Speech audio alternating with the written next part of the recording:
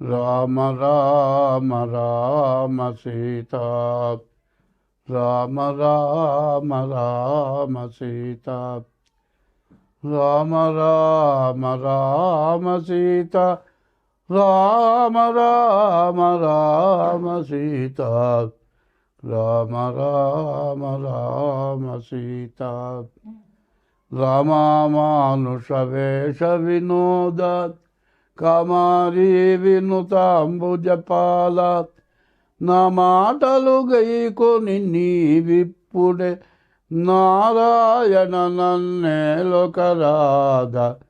రామ రామ రామ సీత.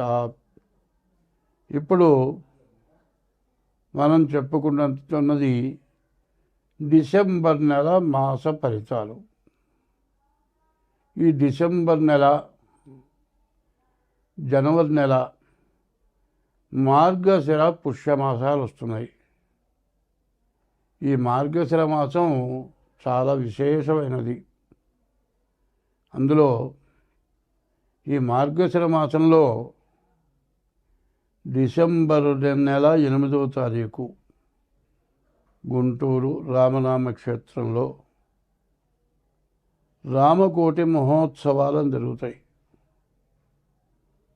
అది 86 సంవత్సరాల నుంచి హరిరామనామం అనర్గళంగా అహోరాత్రాలు 24 గంటలు 86 సంవత్సరాలు జరిగింది. రామనామ క్షేత్రం. రామనామం అనేటువంటి విత్తనంతో మొక్క మొలిచి వృక్షమై అహోరాత్రాలు రామనామం చేత మరి దేశం అంతా కూడా సుభిక్షంగా ఉండటానికి చేసినటువంటి రామనామ క్షేత్రంలో, అందులో రామచంద్రమూర్తి చైత్రశుద్ధ నవమి పునర్వసు నక్షత్రంలో 4వ పాదంలో రామచంద్రమూర్తి పుట్టాడు. కాబట్టి ఆ రామనామ క్షేత్రంలో ప్రతి నెలలో కూడా పునర్వసు నక్షత్రం రోజున సీతారామ కళ్యాణం జరుగుతుంది. ఆ క్షేత్రాన్ని ఎవరైతే విపరీతమైన బాధలు, సమస్యలు, జీవితంలో తీరని సమస్యలు, డబ్బు ఉన్నా ఏమున్నా ఏమి బాధలు పోక జీవితం మొత్తం అనుభవించేవాళ్ళు అక్కడికి వెళ్ళి తీరాలి. కారణం ఏంటంటే ఓ 25 ముంగీసులో 25 సర్పాలు ఉన్నాయి. పాములు, సర్పాలు ఎప్పుడూ ఒక పాముని ఒక సర్పం చంపలే, సర్పాన్ని మరి ముంగీసి చంపలే, ఎవరిని సర్పం కాటు వేయలే. అది మహాపుణ్యక్షేత్రం. ఎందుకంటే ఒకప్పుడు ఆదిశంకర పీఠం శృంగేరి కప్ప ప్రసవిస్తూ ఉంటే పాము పడగబట్టింది. అంటే శత్రువుల యొక్క శత్రుత్వం అనేది లేదు. ఇక్కడ కూడా శత్రుత్వం లేని క్షేత్రం. ఈ క్షేత్రంలో రామగుడి ఉత్సవాలు జరుగుతాయి. కాబట్టి ఇప్పుడు విష్ణుమూర్తికి చాలా ప్రీతి అయినటువంటి రోజులు. కాబట్టి ఈ రోజుల్లో విష్ణుమూర్తిని ప్రార్థించడం చాలా మంచిది. అందుకే ఒక పద్యం చెబుతా నేను. బ్రతికి నన్నాళ్ళు నీ భజన తప్పను కాని మరణకాలమునందు మరతునేమో ఆవేళ యమదూతల ఆగ్రహంబున వచ్చి ప్రాణముల్ పెకలించి పట్టునప్పుడు కపవాత పైత్యముల్ కప్పగా భ్రమచేత కంపముద్భవమంది కష్టపడుచు నా జిక్వతో నిన్ను నారాయణాయనచు పిలతునో శ్రమ చేత పిలువలేనో నాటికిప్పుడే చేతు నీ నామ భజన తలచదను చెవుల వినవయ్య ధైర్యముగను. భూషణ వికాస శ్రీ ధర్మపుర నివాస దుష్ట సంహార నరసింహ దురిత దూరా. మరి ఇది విష్ణుమూర్తికి చాలా విశేషమైన ప్రీతైన రోజులు.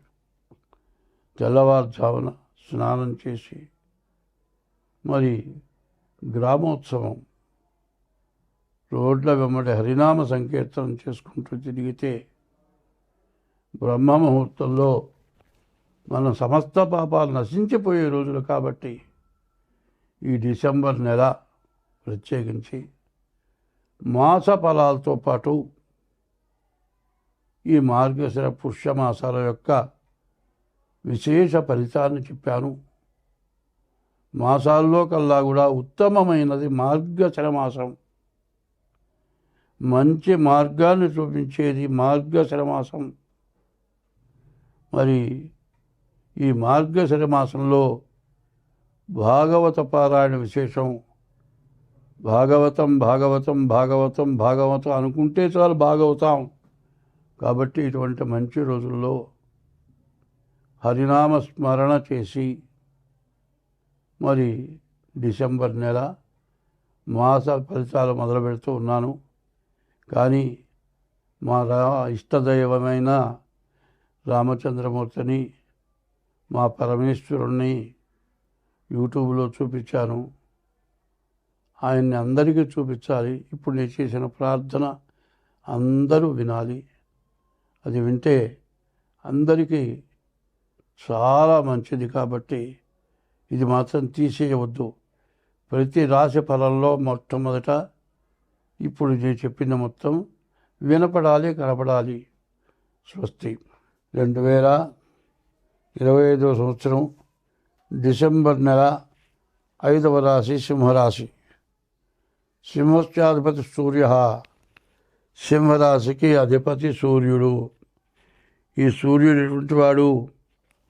సమస్త జీవులకు, సమస్త మతాలకు, సమస్త జీవరాశులకు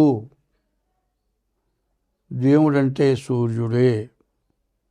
ఏ మతస్థులైనా నా దేవుడు వేరంటారు, కానీ నాకు కనబడించే సూర్యుడు వేరే అనరు. ప్రపంచం మొత్తానికి కూడా ఒక్కడే సూర్యుడు. అటువంటి సూర్య భగవానుడు ఉండే రాశి సింహరాశి. ఆ సింహరాశి వాళ్ళకి శుక్రుడు తప్పితే, గురువు తప్పితే ఏ గ్రహాలు బాగాలేవు.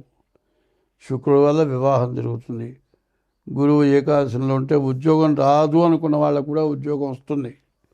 విదేశాలకు వెళ్ళాలనుకునే వాళ్ళకి విదేశాలకు వెళ్ళటానికి అవకాశం వస్తుంది. చేస్తున్న ఉద్యోగంలో ప్రమోషన్ వస్తుంది. ఇది కూడా కాకుండా చదువులో మంచి ర్యాంక్ వస్తుంది. కానీ ఈ రాశి వాళ్ళకి కాలసర్పదోషం ఉంది, కుజదోషం ఉంది, రాహు సప్తమంలో ఉన్నాడు.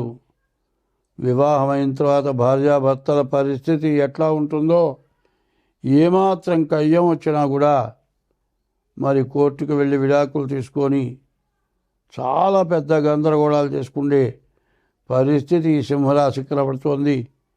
ఈ సింహరాశి చెప్పాలంటే సాక్షాత్ ప్రత్యక్ష దైవం కింద చెప్పాలి. అమ్మవారి వాహనం సింహం. సింహరాశికి అమ్మవారు అధిపతి కావాలి. సూర్య భగవానుడు అధిపతి. అటువంటి రాశికి చాలా కష్టాలు వచ్చినాయి. ఈ రాశి వాళ్ళు జాగ్రత్తగా డేట్ ఆఫ్ బర్త్ ద్వారా జాతకం చూపించుకొని తగిన శాంతి చేసుకుంటే మీకు అన్ని విధాలా బాగుంటుంది. ఇట్లా చెప్పాను అనుకోవద్దు, తొందరపడవాకండి. ఎప్పుడు కూడా మీరు దైవాన్ని నమ్మండి, తల్లిదండ్రులను పూజించండి. మరి ఈ రాశి వాళ్ళు ఏం చేయాలి? అష్టమ శని. ఈ అష్టమ శని యొక్క ప్రభావం ఎట్లా ఉందంటే, ఈ సింహరాశికి అష్టమ శని బాగా ఇబ్బంది పెట్టేవాడు. డేట్ ఆఫ్ బర్త్ ద్వారా జాతకం చూపించుకోవడమే కాక శివ దర్శనం చేసుకోండి. మారేడు దళాలతో శివుణ్ణి పూజించండి. మీకు అన్ని విధాలా బాగుంటుంది. స్వస్తి.